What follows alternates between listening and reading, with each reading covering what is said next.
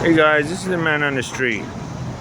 Now, consumer survivors in our commerce world, what does that mean when you talk about people's last will and testament, and in particular the caregiver of those people?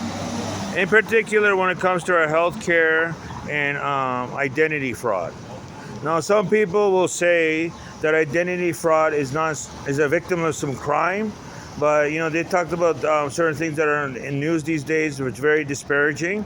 To know that finances can lead to other circumstances that are neglecting people's need with high interest loans and certain avenues that I can't say before or after the courts is all after conjecture.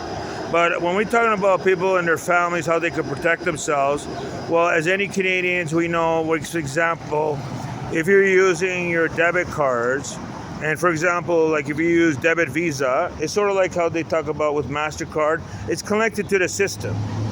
But it doesn't overvalue this estimate that it is directly tied to your bank account.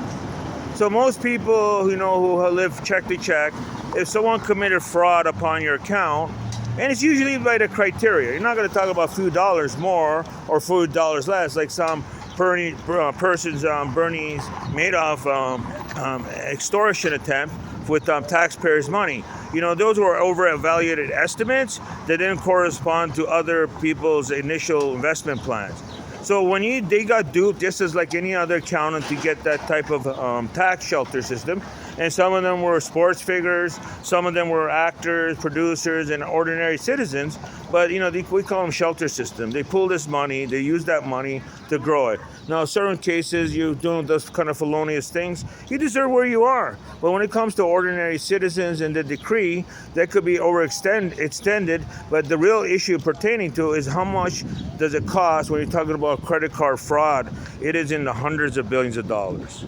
It is so monumental, you don't understand that levy of that gross demand of the tax and the percentages keeps going up and up, and they use that as extortion means, right? Sometimes they'll call you, for example, they call my phone when they bother my kids when I'm not home, the bill collectors, So in this ways, this is how people who are most disparaging, who might need that money, would be used in that, and it's still categorized in certain ways where they can use instruments of their knowledge to perpetrate. But at the end of the day, this is what we talk about: our pensions, our Canadians who are again extenuating their idea, who are being waiting 20 years on the waiting list to get housing. Now, sometimes people feel like they're overstepped because the property value increases and so does their rent. So we have to always exterminate, and that falls on the Liberal platform. Now, if they're going to do a new riding here or something, I'm sorry. I'm not want to be, even when you ask Arnold Schwarzenegger, even Jerry Springer or Clint Eastwood, they're all one-time a mayor. By context, they also elected a goose and a dog as mayor to represent the city. That's how blatant it is when they vote for an animal with four legs. This is the man on the street.